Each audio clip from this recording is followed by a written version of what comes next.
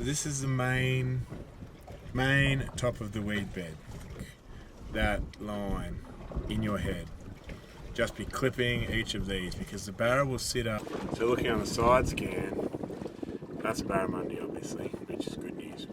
So the main weed bed, there's a weed bed directly behind us, but it comes out on an angle like that.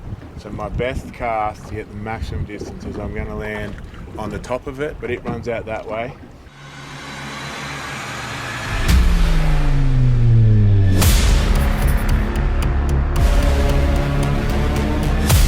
Good afternoon everybody. I'm out here floating around on windy Wonga in the big rig because we were supposed to be reef fishing, hence why we got this boat. But while I'm out here, I thought I'd break down. I'm fishing with Cal. He hasn't chased Barramundi much and he asks a lot of what I would say are random questions. Makes a lot of sense, I guess, that if you don't know, then these are questions you're going to ask. So I'm going to try and answer the questions that he's been asking me on this video. So the sun is just setting now. Watch says still got 13 odd minutes till sunset. And we're setting ourselves up off a windblown point. So sunset, moon rise, moon above, moon below, tide changes, mid tides, all those are triggers for barra. And depending on what's going on, some are a major trigger and you catch a bunch of barramundi, and others you might get that one bite. You might just see them running through and not even get a bite. So at low tide today, for example, we saw a whole bunch of barramundi run through at this point. Like not big numbers, but anywhere from 2 to 4 at a time, and we didn't catch any.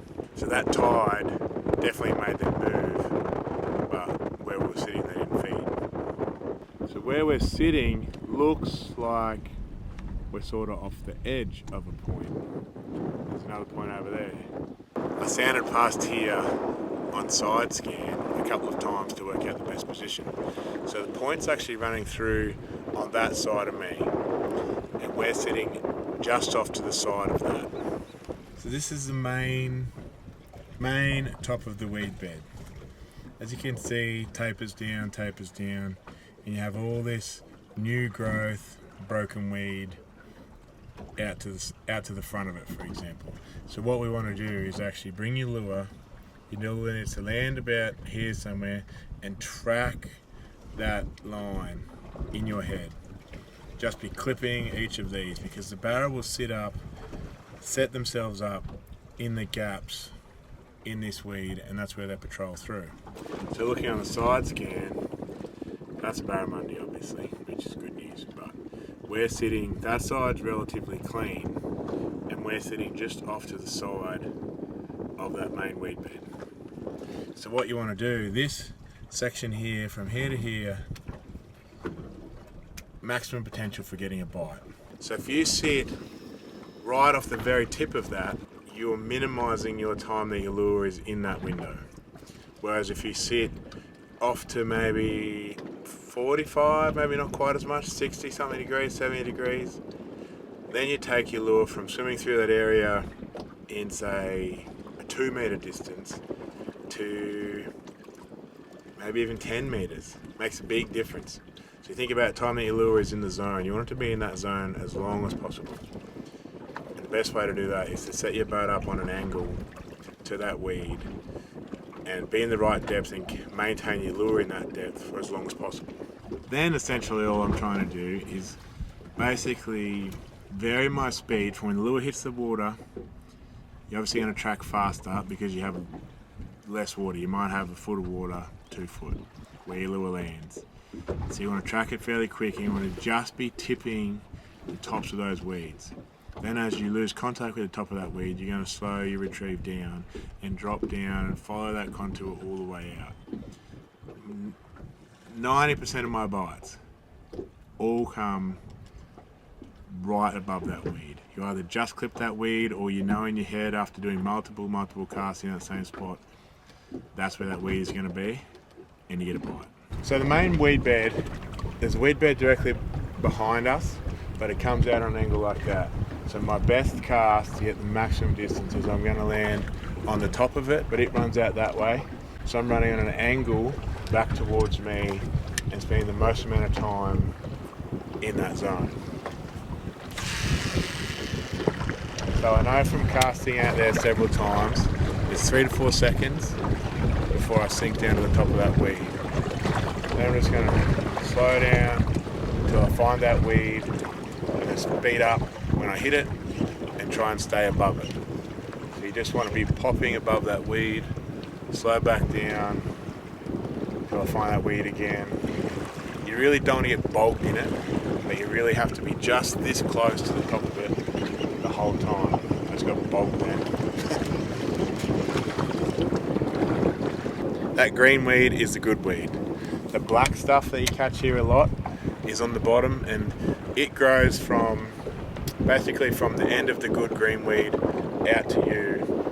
And a lot of people try and avoid that black weed as well, but I don't mind catching it every now and again because I know my lure is super close to the bottom. I'm sending it up there to the top of that weed. 2 to 3 seconds gets me to the top of it, and I start fairly quick. Just clip top of that weed, and I can start to slow down now because I know where I am in that retrieve.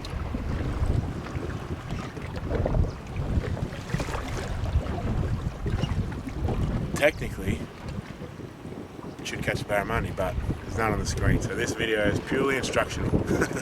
There should be no fish caught in this tutorial. Okay, so I've got 2 more tips on positioning, and then I'm out because I need to catch a barramundi. And yesterday when I was messing around with the camera, Cal caught 2 in like 3 casts. So we ain't doing that again. So first little tip for positioning, you want to set yourself up with the wind directly over your shoulder. So the wind now basically blowing straight over my shoulder, which is frustrating, but what this does, keeps your line dead straight. So if you position yourself and you have to cast across all this horrible wind, you have a massive belly in your line. When you go to set the hook, a lot of the time, I'm not saying all the time, but a lot of the time, you're going to miss those fish. You're going to jump them off because you didn't set the hook. You've got all that belly that they got to pull before you even set the hook on your rod.